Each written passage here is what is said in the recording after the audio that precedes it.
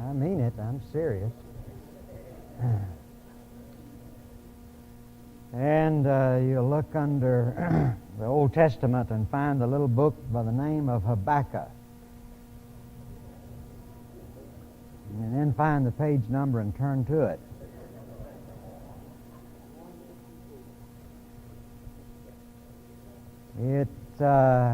You'll find it snuggling in between Nahum and Zephaniah.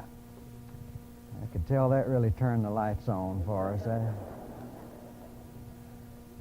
But I want everybody to find this little book, and the reason I ask you to turn to the table of contents is because so often when we can't find one of those little books, we don't want to keep thumbing through the Bible and let our neighbors think we don't know our Bible. So we just open it to Psalms and pretend that's always easy to find, and sort of hold it up like this. Play our cards close to the chest. But during these 3 morning sessions that I have with you, I want to look at this little prophet of Habakkuk. Several things about it that have always interested me and attracted my attention, but the main thing, and this is really the paramount thing in my estimation about this little book Habakkuk, is that it opens with complaining. We'll see that in just a moment when we start reading. But Habakkuk is filled with complaints and griping and grumbling to the Lord because of certain conditions. And then when you turn to the 3rd chapter, the end of the book, in verse 17, he says, "Although the fig tree shall not blossom, neither shall fruit be in the vines, the labor of the olive shall fail, and the field shall yield no meat. The flock shall be cut off from the fold, and there shall be no herd in the stalls. Yet I will rejoice in the Lord, and I will joy in the God of my salvation." That'd be a good Thanksgiving sermon. Thanking God in spite of everything being in a mess. And the point that I'm making is that it's a little book that opens with complaining and closes with rejoicing. But the interesting thing is that not a single thing has changed. The very things that he was complaining about at the beginning, they have not only not changed, but they have worsened, and yet something has changed, because Habakkuk now, instead of complaining, is rejoicing. I think what has changed is Habakkuk. And so I am very interested to discover what happened between verse 1, chapter 1, and chapter 3 and the last verse. I think that would be something worth discovering. If God can do something in our lives to take us from complaining to rejoicing, even when things don't change. The things that we used to complain about, we now rejoice over. And so in these 3 morning sessions, I want us to look at this little prophet Habakkuk. And this morning we're going to read the first 6 verses of chapter 1. And we'll read these verses. We're going to be looking at some other verses in chapter 1 and chapter 2, but for right now, I want us just to look at the first 6 verses of Habakkuk chapter 1. Verse 1 gives us the introduction, the title of this little book, "The Burden Which Habakkuk the Prophet Did See." And in verse 2, and by the way, let me mention that in chapter 1 and part of chapter 2, you have a dialogue between God and the prophet. The prophet says something and God answers him, and then the prophet says something back and God answers him. So you have this seesaw conversation going on between God and Habakkuk. And in verses 2 through 4, it is Habakkuk speaking. And then in verse 5, God answers him. And then in verse 12, Habakkuk is so upset with the answer that he comes back, and so forth. And I think that'll help us to understand a little bit. So let's begin again with the first verse. "The burden which Habakkuk the prophet did see. O Lord, how long shall I cry, and thou wilt not hear? Even cry out unto thee of violence, and thou wilt not save. Why dost thou show me iniquity, and cause me to behold grievance? For spoiling and violence are before me, and there are that raise up strife and contention. Therefore the law is slack." Literally, it's gone cold, it's paralyzed. "And judgment doth never go forth, for the wicked doth compass about the righteous. Therefore wrong judgment proceedeth. Then God answers, Behold ye among the heathen, and regard and wonder marvelously. For I will work a work in your days which you will not believe, though it be told you. For lo, I raise up the Chaldeans, that bitter and hasty nation, which shall march through the breadth of the land to possess the dwelling places that are not theirs. And then he goes on in the next several verses to describe this nation and describe the horror of the nation as it comes in and raises the land of Judah. Several months ago, I ran across a little book. I was intrigued by the title, How Can It Be All Right When Everything Is All Wrong? And the book was on sale for $1.50, and so I bought it. But I got a lot more than I bargained for. It's well worth the price. I want to read the introduction. It's written by Lewis Smedes, who is a professor of theology at Fuller Seminary in California. He says, Believing does not come easy for me. It never has come easy. I suppose it never will. I almost always believe in God in spite of problems and pains that tell me things are so wrong that believing in a good God doesn't make sense. The things I say here are filtered through many years of believing against the grain. Too many people I care about hurt too much to let believing come easy. People close to me get cancer and die too soon. My prayers do not take away the pain or hold back the tolling of the bells.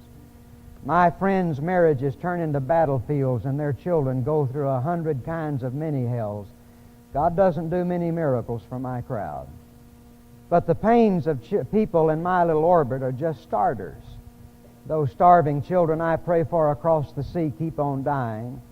And the oppressed people I pray for keep getting their heads banged and their freedoms choked. I'm not whimpering. I know we make many of our own miseries. I'm only admitting that when I believe that God really cares, I feel a lot of hurts that tell me He doesn't seem to care enough. Faith does not break loose in my head with a whooping hurrah for God. Believing sneaks into my soul while my mind is saying, My God, where were you when I needed you? The phrase that really captivated me was when he said, The things I say here are filtered through many years of believing against the grain. Believing against the grain. It's always refreshing to listen to an honest man.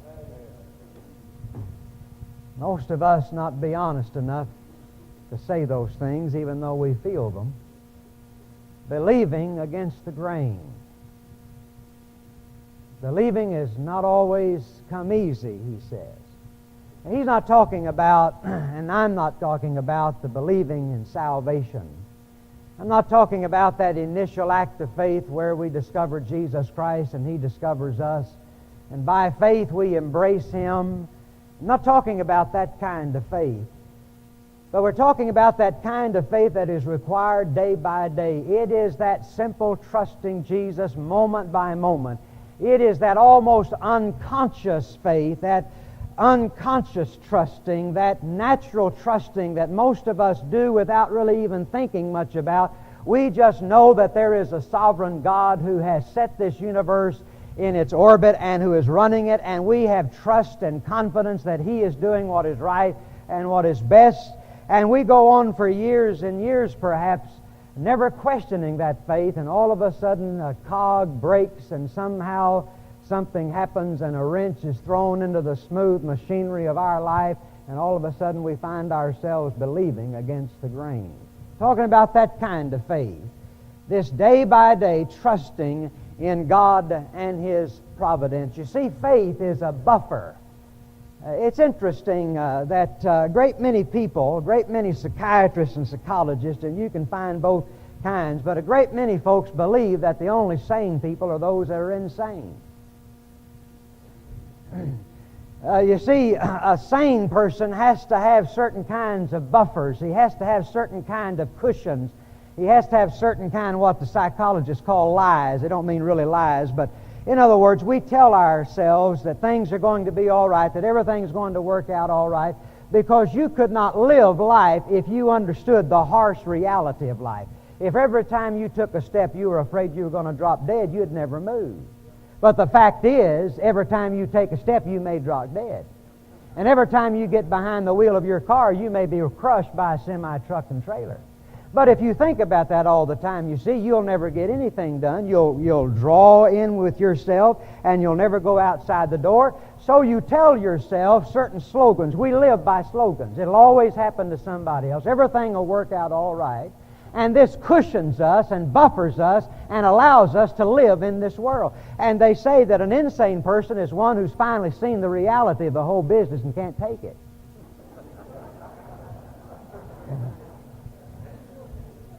Now, I'm very serious. I did a study some time ago.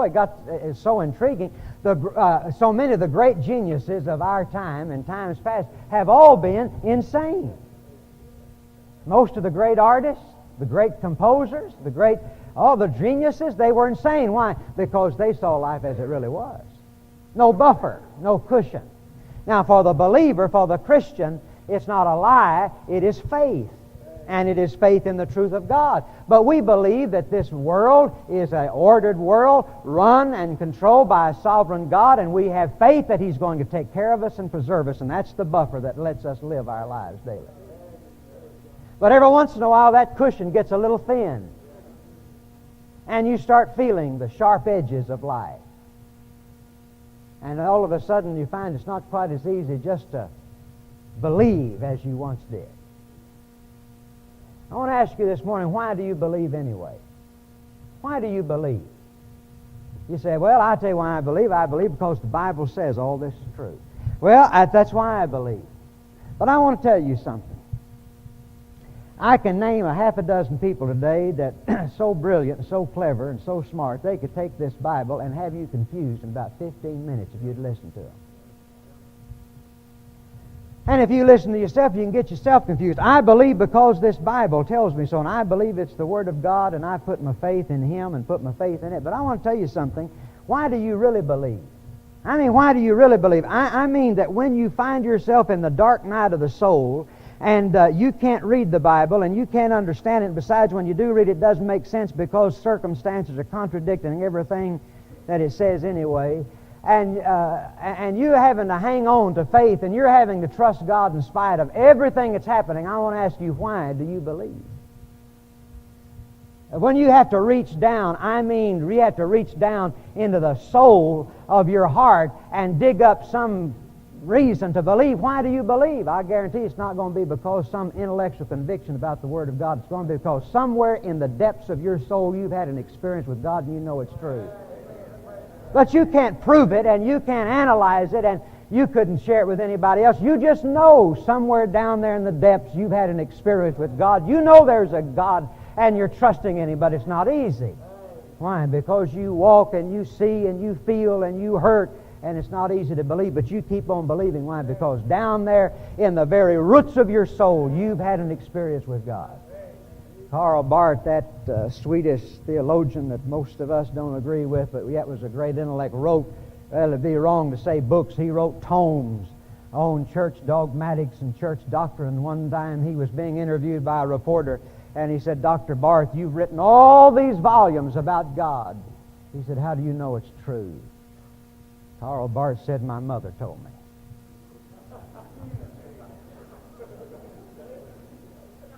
You say, well, he kind of missed it there. No, you go to Timothy, and Paul says, now, Timothy, I want you to remember what you were taught from your mother and your grandmother. Remember as a child. And I may not be able to I can't say that word, but you know what I'm talking about. And there may be times in my life when I can't come up with a verse of Scripture to prove that God is real and that what I'm going through is all right. But I remember what my mother told me. I remember something way back yonder in the dark recesses of my heart when I met God, and it's still there. But it's not easy to go on believing. And that's where Habakkuk is. Habakkuk's having a hard time believing. He's believing against the grain. You see, a person with faith always has problems. As a matter of fact, the very moment you start believing, you're going to have a whole new set of problems. The only way to get rid of the problems is to get rid of your faith. Get rid of God and you get rid of all those problems. Now what I'm talking about is this. The person of faith, and this is why Habakkuk calls his prophecy a burden. Sometimes, folks, believing is a burden. He says, which he saw, because the man of faith sees things other people do not see. We see sin, we see degradation, we see injustice, we see crime, and we cry aloud. It hurts us. We see it, it becomes a burden. Other people just pass it by and say, I don't see anything unusual about it. No, they're spiritually blind, but the person of faith sees things that others do not see. It becomes a burden on him because he sees those things. And burden is a belief, and believing is a burden. Why? Well, because somebody comes along and says, well, if there is a God and He is good and He's all-powerful, then how do you explain what happened to my little child? How do you explain all of these millions that are starving to death, these innocent children? How do you explain that? That's a problem, isn't it? You say it isn't, then you've got your head stuck in the sand somewhere, friend. That is a problem. And I've got news for you. The atheists got a pretty good argument there. That's the argument they always throw up. Well, if there is a God, then He can't be good. Or if He's good, He can't be all-powerful. Or else He would put a stop to all of this. Why did He let Hitler do what he did? Why did He let Stalin do what he did? Why is He letting all those little babies starve to death over there? Why did He let Supreme Court allow abortion and we're slaughtering killing all of these unborn children every year? Why doesn't God do something about it if He's so powerful? That's a problem. How are you going to deal with it? Well, the easiest way is to get rid of God. Then you don't have any problem. You say, it's a simple explanation as to why there's injustices and inequities in the world and why those kids are starving. It's because there is no God. And life is just absurdity anyway, and everything is by accident, and it's just chance, and it's just one big crapshoot. That's all life is, and there is no God, so that solves your problem. Some of you may have read Rabbi Kushner's book on When Bad Things Happen to Good People. It was a bestseller a couple of years ago. I saw the rabbi interviewed on television. They asked him how he came to write that book. He said, well, as a rabbi, I've seen 100 people die. I've stood by the side of their bed and I've watched people die, and said, it never shook my faith. It never caused me to question my faith. But he said, my 14-year-old boy died of this aging disease. And he said, as I stood there and watched him day by day grow into an old man and die like he was 90 years old at the age of 14, suddenly I found myself questioning if there is a God in heaven, if He's so good and so powerful, how could He let... You see, folks, it's one thing to objectively talk about these things when it's happening to somebody else. But friend, when the wreath is hanging on your own door, it's a whole other story altogether. And so he questioned. He said, what am I going to do? How can I go on preaching and teaching and believing that there is a good God who is all-powerful and He'll let something like this happen to my boy? His solution is found in that book, When Bad Things Happen to Good People. And his solution was that God is not sovereign. As a matter of fact, one chapter in his book is entitled, God Cannot Do Everything, but He can do some important things. His solution was this, that God can do nothing about death, disease, or the devil.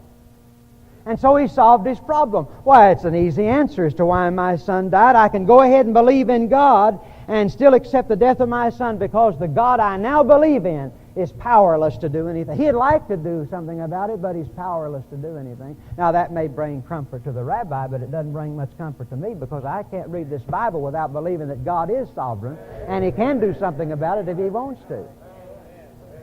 Which creates another problem. If He can do something about it, why doesn't He? I know we quibble over this business of does God cause everything? We get into all this sovereignty business, and I believe in the sovereignty of God, but don't ask me what that means too much because we say, well, did God cause this? Well, no, God doesn't cause it. He just allows it to happen. Well, folks, that's splitting hairs. What difference does it make?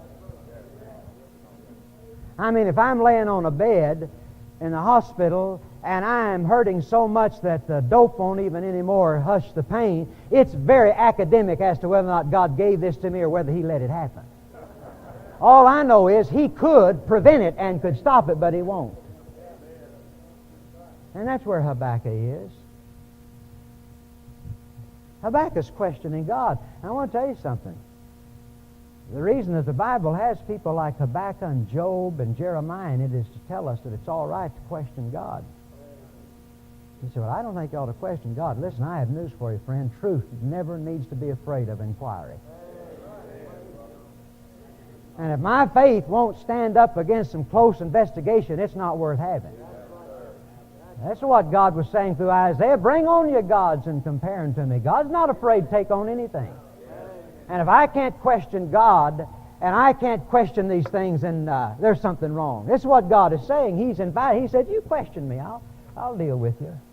I want to talk to you this morning on believing against the grain. What are some of those grains that we have to contend with to believe? What are some of the problems that we have with faith? And these are the ones that Habakkuk's dealing with. And I want us to look at them. There are three. Number one of the problems of faith, one of the grains against which we have to believe is God's apparent indifference. The apparent indifference of God. Now notice how this chapter opens. Habakkuk opens in verse 2. He says, O Lord, how long shall I cry, and thou wilt not hear? Even cry out unto thee of violence, and thou wilt not save. You see what he's saying? He's saying, how long will I have to cry out, and you won't hear? And I scream violence, and you won't save. In other words, God, you're not doing anything. You're paying me no mind. You're ignoring me. The problem he has is with God's apparent indifference.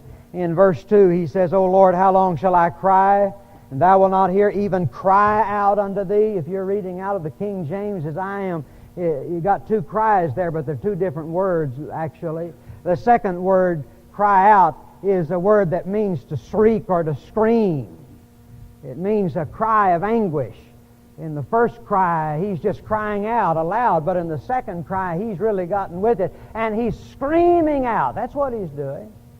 Habakkuk's not having a quiet time here. He's screaming. It's a distress signal. He's screaming out, and notice what he's screaming. He's saying, violence, violence, robbery, murder, and you won't do anything. Best way I know to compare and illustrate it is, let's suppose that you get out of your car and you're going down to the Kmart, and you see a fellow over here with a gun, and he's holding up another man, is getting ready to shoot him. And over here across the way you see a policeman, and he's writing a parking ticket. And you start screaming, murder, robbery, violence. You're screaming that. And the policeman hears you scream, and he looks up and he sees what's happening. He goes back and writes his ticket. And the robbery and the murder and the violence go on. That's exactly what Habakkuk is saying to God. You say, man, I would be angry. I'm indignant to think that a police officer would just ignore such a plea. Well, what do you think Habakkuk's saying? That's what he's saying exactly about God. He's saying, how long do I have to scream out to you? I'm pointing out to you the violence and the robbery and the murder, and you don't do anything. God's apparent indifference. You know, there are times when God seems to be mighty indifferent to our pleas. Seems to be mighty unmoved by our prayers. I think about that passage over there when Jesus and his disciples were going across the Sea of Galilee, and you remember Jesus fell asleep in the ship, and a storm arose on that sea, which is very common on the Sea of Galilee. And you have to remember also, most of these disciples were seasoned sailors. They'd spent most of their lives on that Sea of Galilee. They were used to these storms coming up suddenly, but this one was of such intensity that it scared even these seasoned sailors, and they were frightened, and they ran to Jesus, and they shook him awake. And you remember what they said? They said, carest thou not that we perish? Lord, don't you care that we perish? We're perishing, and there you are asleep. Sometimes you may feel that way when you pray. You may feel that way when you cry out to God and ask, Lord, why don't you resolve this situation? Why don't you ease the hurt? Why don't you answer my prayer? And you get the impression that God's sound asleep and he couldn't care less what's happening. In John chapter 11, Jesus gets word that Lazarus is very ill, and Mary and Martha want him to come right away, and Jesus waits a couple of extra days. And then he says to the disciples, let's go to Bethany and wake up Lazarus. He's asleep. And they said, well, that's good. Man's sick. He needs his rest. And Jesus said, no, you don't understand. He's dead. We're going to go raise him, wake him up. When they got there, you remember, of course, that Mary and Martha met Jesus at different times, different places, but they both said the same thing to him. Now, if you meet two people at different times and different places and they both say the same thing to you, you know they've been together talking it over. And Mary and Martha met Jesus separately at different times and different places, but they both said the very same thing to him. I used to think that's a great gospel text. The Bible's ruined a lot of good sermons I've had through the years. I used to think that's a great good gospel text. You remember what they said? They said, the Master is come and calleth for thee. Man, I used to preach on that. The Master is come and is calling for you. Asking people to come to be saved. That's no more a good old gospel text than the man in the moon. You know what they were doing? They were rebuking Jesus. They said, Master, if you had been here when we called you, our brother would not have died. That's what they said. If you'd been here, our brother would not have died. We get up and I'd preach that and I'd say, boy, if Jesus were in your home, this thing wouldn't have happened. If Jesus were in your life, that's not in the world what they're talking about. They're rebuking Jesus. They're saying, Lord, if you had answered our prayer when we told you to, this wouldn't have happened. Lord, if you had come when we asked you to, this couldn't have happened. Master, if you'd been here, our brother would not have died. And it seemed that Jesus was cold and indifferent. And that's a problem we have to contend with at times. And I've got news for you, friend. You have times, you know that. You have times when it seems that God's indifferent. God's unconcerned. You can't get His attention. Why doesn't He do something? Why doesn't He do something? There's a second problem that Habakkuk has to contend with, and you and I have to contend with it also, and that's the problem of God's unusual and unexpected methods. God's unexpected methods. Now, there's some humor here, I think, in this. In verse 5, God answers him. Habakkuk is just complaining and griping and grumbling because God's not doing anything. And so in verse 5, God says, all right, He says, be amazed, behold ye among the heathen. Now he addresses this to the heathen, actually. He's talking to Habakkuk, but he's using irony here and satire. He's saying, Jews won't believe this, but maybe the heathen will believe it. Sometimes the world is quicker to believe what God has said than we are. And he says, behold ye among the heathen, and regard and wonder marvelously. Be amazed, for I will work a work in your days which you will not believe, though it be told you. What God is saying is, Habakkuk, you want to know why I don't do something, and why don't I do something about the situation? I'm going to tell you what I'm going to do, but you won't believe it when I tell you. And more than that, you won't like it when you find out what it is I'm going to do. But here's what I'm doing. Verse 6, for lo, I raise up the Chaldeans, that bitter and hasty nation, which shall march through the breadth of the land to possess the dwelling places that are not theirs.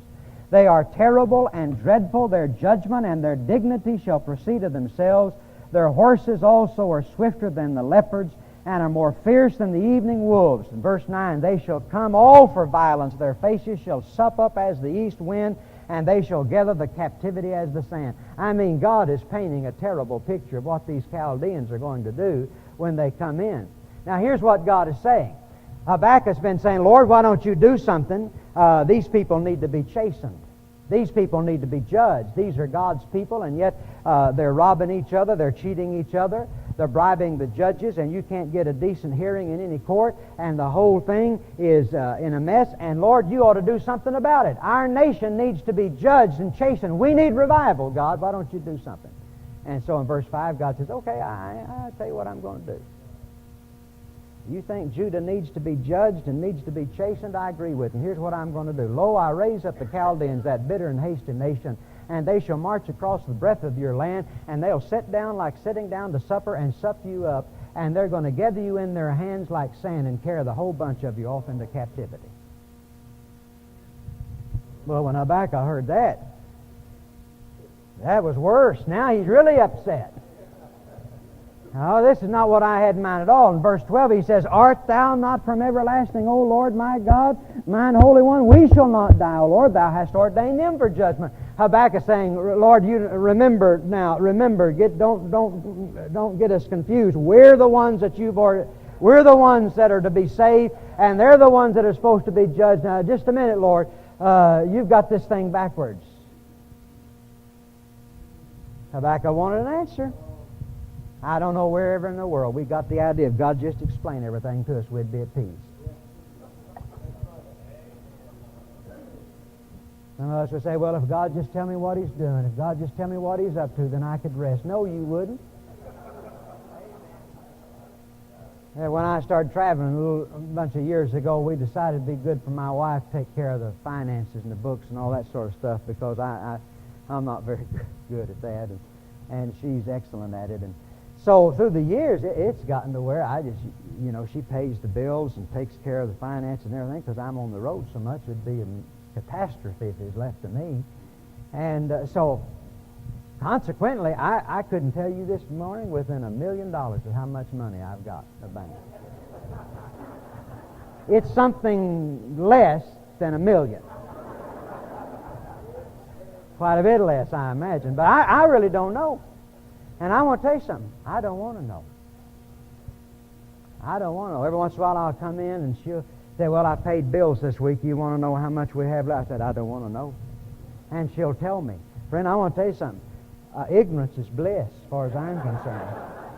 Knowledge of how much money I have doesn't bring me peace at all. Right before Christmas, I was having to do a lot of shopping on the road, Christmas shopping. She called me one day, tracked me down somewhere in Arkansas. She said, don't use your Visa card anymore. She said, we just got the bill. You want to know how much it is? I said, no, I don't. And she told me anyway. It certainly didn't bring peace to my heart. Upset me terribly. And yet you and I somehow feel that if God would just explain Himself and tell us why He's letting this happen and why He's doing this, that we'd be content. I have an idea we'd be more frustrated and upset than we are now. Listen, I want to tell you something, friend. I am thankful to God He kept from me all the things that happened.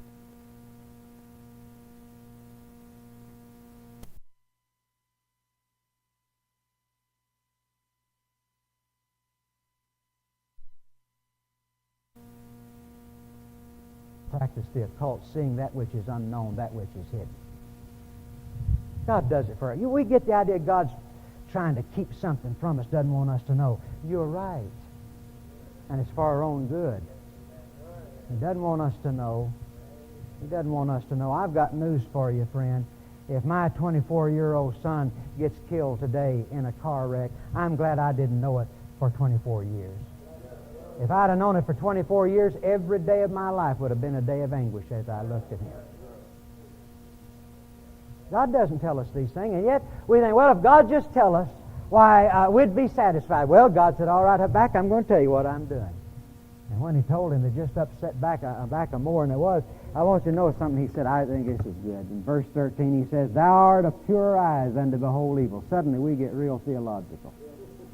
And canst not look on iniquity. You see, we don't understand. If God is so pure and cannot look on iniquity, then how in the world can God use people like the Chaldeans? Wherefore lookest thou upon them that deal treacherously, and hold thy tongue. Now here's what's really getting to Habakkuk. When the wicked devour the man that is more righteous than he. Now, do you know what is really aggravating every one of us? It's because God is letting the wicked devour people that are more righteous than the wicked. You know what aggravates me?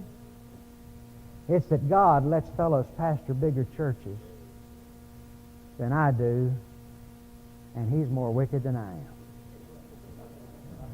That's right. I'm telling the truth.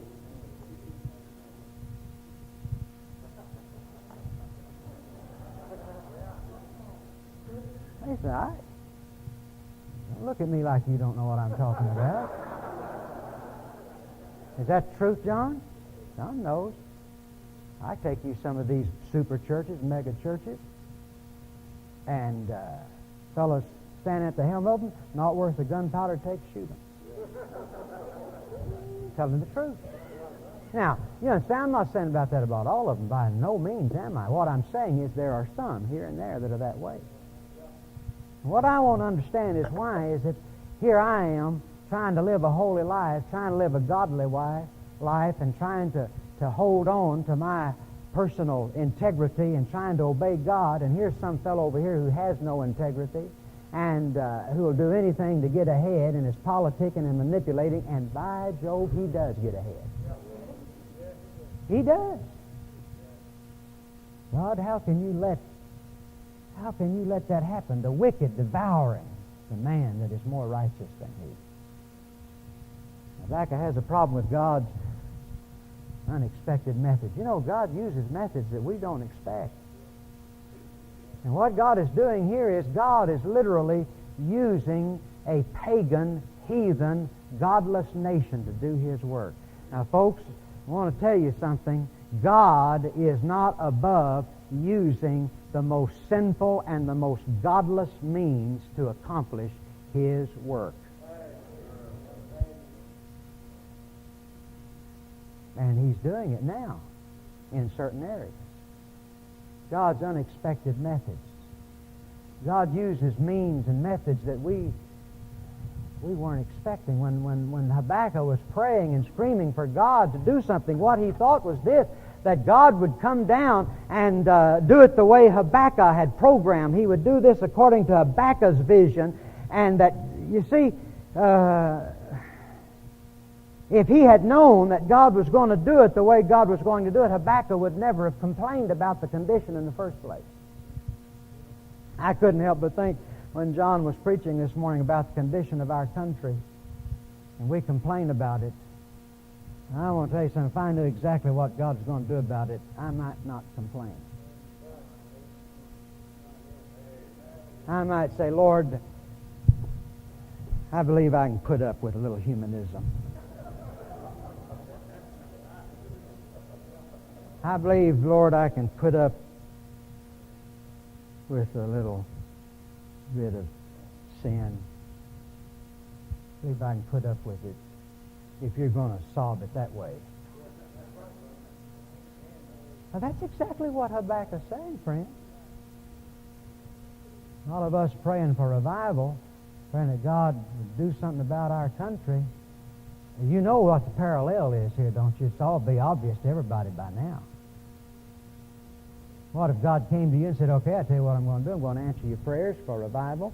And the only way that revival is going to come is when the people get on their knees and start crying out for mercy and repenting of sin. So I've raised up the Russians, and they're going to come across your land and suck you up as dinner, and they're going to gather you into their hands like sand and carry you off into captivity. That's the obvious parallel for us in this day. Now, let me ask you a question, friend. If that was the alternative, would you still complain about the conditions in your land? You see, most of us are willing to give up our own personal holiness and freedom for a guarantee of a good life. You see, if God can just guarantee me a good life, or there's something that can guarantee, Lord, I'm going to be dead in 40 years, more than likely anyway. If I can just somehow live out the rest of my days in comfort and ease and convenience, I can tolerate just about anything. I've long lost my zeal for holiness and godliness and revival because I've grown accustomed to living this way, and I enjoy it. And when I was young and foolish and didn't know any better, I used to pray for revival and God's judgment, and I had a zeal for holiness, but I have grown accustomed to living this way, and I enjoy it, and I want to live out the rest of my days in a nice, comfortable ministry where people love me, and I want to be able to go shopping when I go shopping. I want to be able to buy a car when I want to buy a car, and I want to be able to have all the things that I'm accustomed to, and having my family around me, and growing old in my years, and full and satisfied. Lord, I believe, if you don't mind, you can wait until the next generation to bring revival. And by the way, wait until the next one after that. I hate to see my kids go through it. All I'm saying to you, friends, is if we understood God's methods and how He used, we'd be as upset as Habakkuk was. God's unexpected methods. Well, there's one last thing, and we'll finish. The other grain against which Habakkuk has to believe is God's unhurried purpose. God's unhurried purpose. Now, chapter 2, verse 1 is very interesting because you get the impression that Habakkuk has suddenly come to and realized who he's talking to. It doesn't come out in the English translations, but actually in the text he's sort of stuttering. It reads something like this: I will stand upon my watch and set me upon the tower, and will watch to see what he will say unto me, and what I shall answer when I am reproved. What Habakkuk is saying, he's been just complaining against God's methods, and all of a sudden it comes to him, I'm talking to God. I think I'll go over here and sit down and wait and see what God say to me. Hush falls upon Habakkuk because he suddenly remembers who he's talking to, and he says, I'll wait and see what God's going to say to him. And I think I will go ahead and get an answer for him when I'm reproved, because I have a suspicion that God's going to rebuke me. And so I'm going to get my answer ready. And in verse 2, God answers him, and the Lord answered me and said, write the vision and make it plain upon tables, that he may run that reads it. For the vision is yet for an appointed time, but at the end it shall speak and not lie. Though it tarry, wait for it, because it will surely come, it will not tarry. Now, God says, I want you to write this down, because what's going to happen is not going to happen immediately and you forget about it. So I want you to write it down, preserve it, because my purpose is certain, but it's not immediate. Write the vision, for the vision is yet for an appointed time. Now, when God is using the word vision, when He's talking about vision, He's talking about the deliverance, that when God finally comes and makes everything right, when He finally comes and vindicates faith, when He finally comes and justifies belief in Him, that's what He's talking about. The vision is yet for an appointed time. What He's saying is, Habakkuk, deliverance is certain and justice is certain, and I am going to see to it that you're vindicated, and I am going to see to it that you're justified, but it's not going to happen right away. You better write it down lest you forget it. For the vision is yet for an appointed time. And he says, though it tarry, wait for it. And then he ends it up by saying, it will not tarry. And there again, he's using two different words. The last word literally it sort of means like this. The best way to read it, I think, is like this. Though it tarry, it shall not be tardy. What God is saying is that vision, that deliverance, that justice that you want to come is going to come. It's not going to come right away. It's going to tarry, but it's not going to be late. It's going to be right on time. Why? Because it's an appointed time. God has said it, and it is an appointed time. And though it tarry, you wait for it, because though it tarry, it will not be tardy. You just have to wait. And folks, that's the hardest thing any of us have to do, is to wait. Because we want immediate justification. We want immediate solution. We live in a instant credit world, instant coffee, instant tea, instant everything, and we want God to act instantly on our behalf. Now, if you turn over to Hebrews chapter 10 and read this, Habakkuk's quoting. The writer of Hebrews is quoting Habakkuk. But he makes one significant change. Here, Habakkuk says, though it tarry, wait for it shall surely come. In Hebrews 10:38, I believe it is, he says, though he tarry, wait for him, for he shall surely come. He's not talking about second coming. He's talking about the Lord coming to you.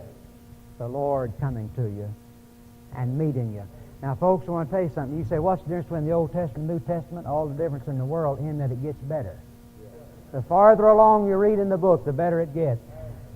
In Habakkuk, it was an it. In Hebrews, it's a he. Now, the reason I'm emphasizing this is we had really, I'm going to tell you something, most of us are Old Testament type believers. We want to keep the it. Lord, when I'm praying for deliverance, what I mean is it. I want to specify.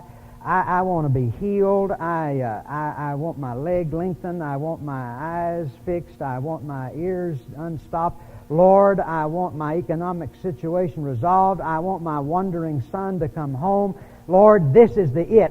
This is the it. And God comes and says, listen, it may not be an it. You may not get the healing that you want. You may not get exactly what you want, but what you're going to get is He.